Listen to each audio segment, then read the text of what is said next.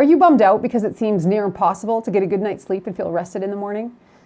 In today's video, I'm going to give you my secret to do exactly that. Hey friends, I'm Melanie Bourbeau, your Vibrant Wellness Specialist. And on this channel, Your Vitality Today, I focus on helping women who are frustrated with the confusion around weight loss and wellness, and I help them to uncover their divine insides so that they can be vibrant on the outside, no matter if they're just starting out or if they've been at this for quite a few years. In today's video, I'm going to be showing you exactly how to get a good night's sleep so that you can wake up feeling refreshed and you can have energy all day. Most people think that in order to get a good night's sleep on a regular basis, they have to either have sleeping pills or other kind of sleep aids. And I'm here to tell you that that is not true at all. That is not true. Now, adequate rest is actually very, very necessary and important in order for good health.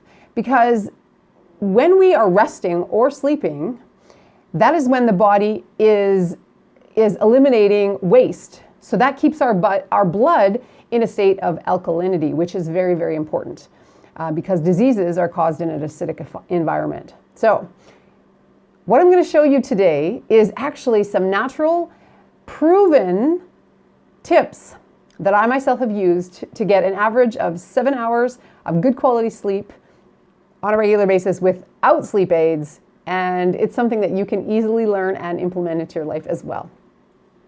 So we're going to do this step by step. All right, let's dive into today's teaching. So the first thing that I want you to do is I want you to get prepared in the morning for that night's sleep.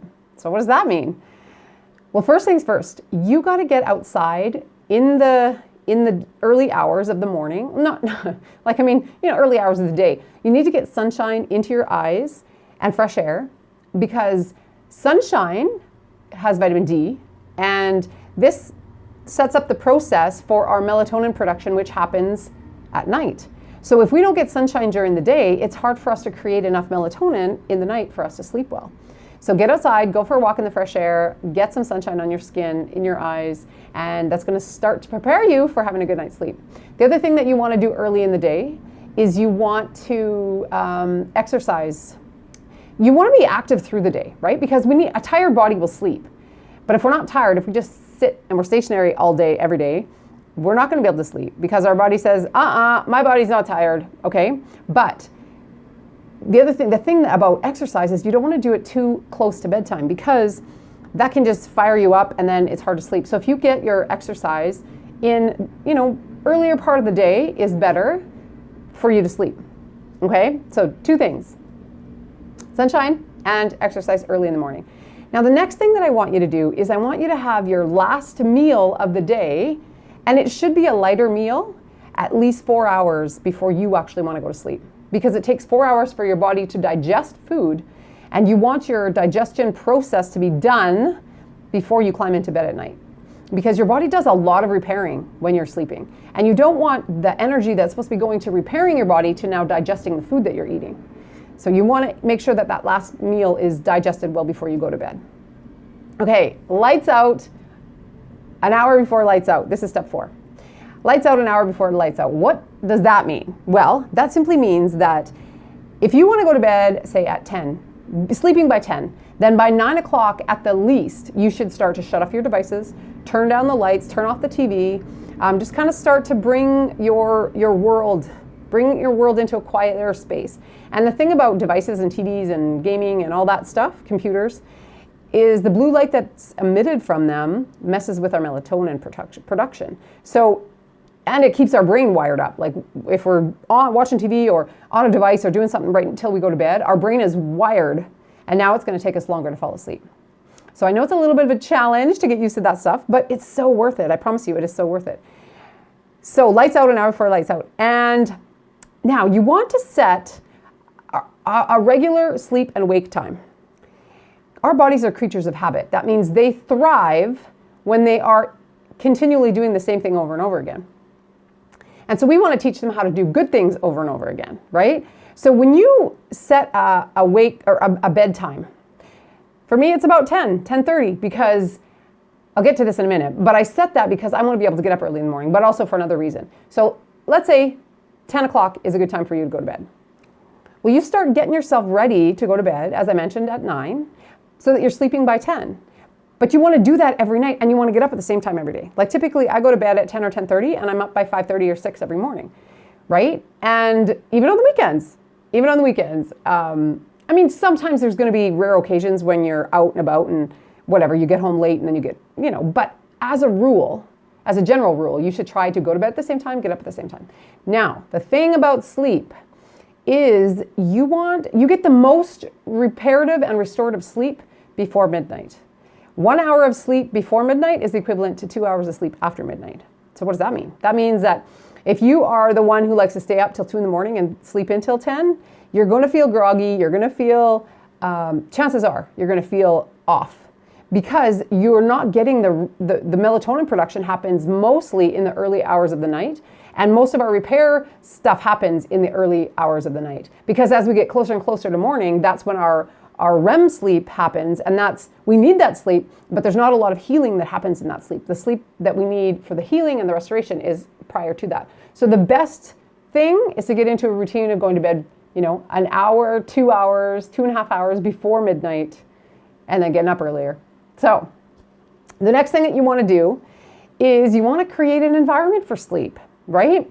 If our room is a mess and there's stuff everywhere and our computer's left open on the desk or the whatever, and we've got books everywhere and clothes everywhere, it's really hard for your mind to calm down, right? It's really hard for you to feel peaceful. But if you have a clean environment, you have an organized environment, it is a lot easier to kind of let your mind go, right? The other thing you want to do is you want to sleep in total darkness. Remember, I've been talking about this melatonin stuff. Any kind of light can disturb that melatonin production, which can disturb your sleep. And so I can't even sleep with an alarm clock in my room. The flickering light of my cell phone, I have to turn my cell phone over on its face because anything blinking or shining in my room, it wakes me up. So complete darkness, put blinds on the windows and complete darkness. You also want to sleep in a cooler room as opposed to a warmer room. And fresh air is best. So have your window cracked open a little bit, let that fresh air in. You're going to feel really rejuvenated when you wake up in the morning. And also you want to have, comfy pillows, whatever, your bed, you want your bed. And if you're sleeping with pets, I know they're lovely, but they're really messing with your sleep. They're really, really messing with your sleep. So if there's any way that you can put that little guy out of your room or somewhere else where you're not sleeping, you're going to sleep much better. Okay, the last little tip that I have is for you to go to bed with a grateful heart, right? I love gratitude. I love being grateful for what I've been given, for my health, my kids, my husband, my home, like whatever. I love to be grateful because when you are grateful for stuff in your life, more of that stuff will come.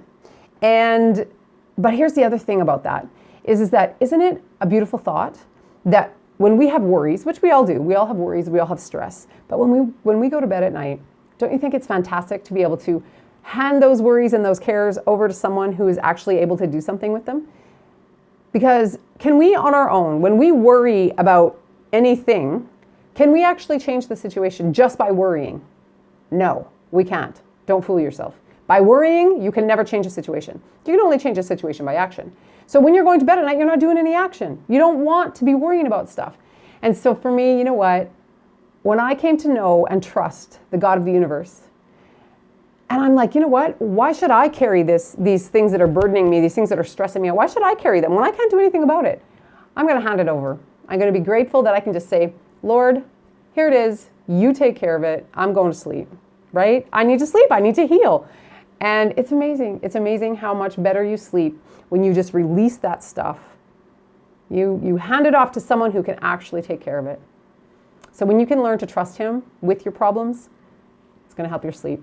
I promise you, I promise you. So just ask him, Lord, show me how to trust you. He will. I promise you, he'll show you how to trust him. Okay, so just to recap, what did we talk about? We talked about you need to get some sunshine in your eyes and on your face every morning. You need to exercise early in the day if possible. You need to have your last meal 4 hours before you go to bed so that your digestion is done. You need to lights out an hour before lights out. So shutting everything down, cooling down, slowing down, right? An hour before you want to go to bed. Regular sleep and wake times, huge, huge, I promise you. And then leaving your cares and worries with the God of heaven, right? So that you don't have to carry them when you sleep. You're going to sleep so much better. So thanks for watching this video. I'm excited you're here, and I really hope that you benefit from this. Now go ahead and leave me a comment if this is something, if you're going to try any of these, say yes. If you're not, well, I mean, don't. But I want to hear. I want to know that these videos are actually touching you and impacting you and benefiting you. Because if they're not, then I should find a different way to do them, or whatever. But I just want to hear. It really helps me to give you more and to serve you more when I know what you want.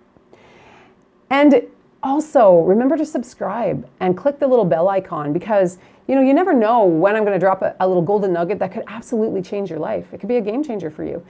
You don't want to miss them. So get notified so that you'll see when I have new videos come up every week. And if you're really serious about starting to make some lifestyle changes and see improvements in all areas of your life, then I've got a free 14-day challenge for you. Just click the link below, and you can begin step by step, baby step by baby step, to implement habits, positive, healthy lifestyle habits that will change your life forever. Okay? So it's in the link below. But for now, that's all I got. Take care. God bless. And I'll see you again soon. Bye for now.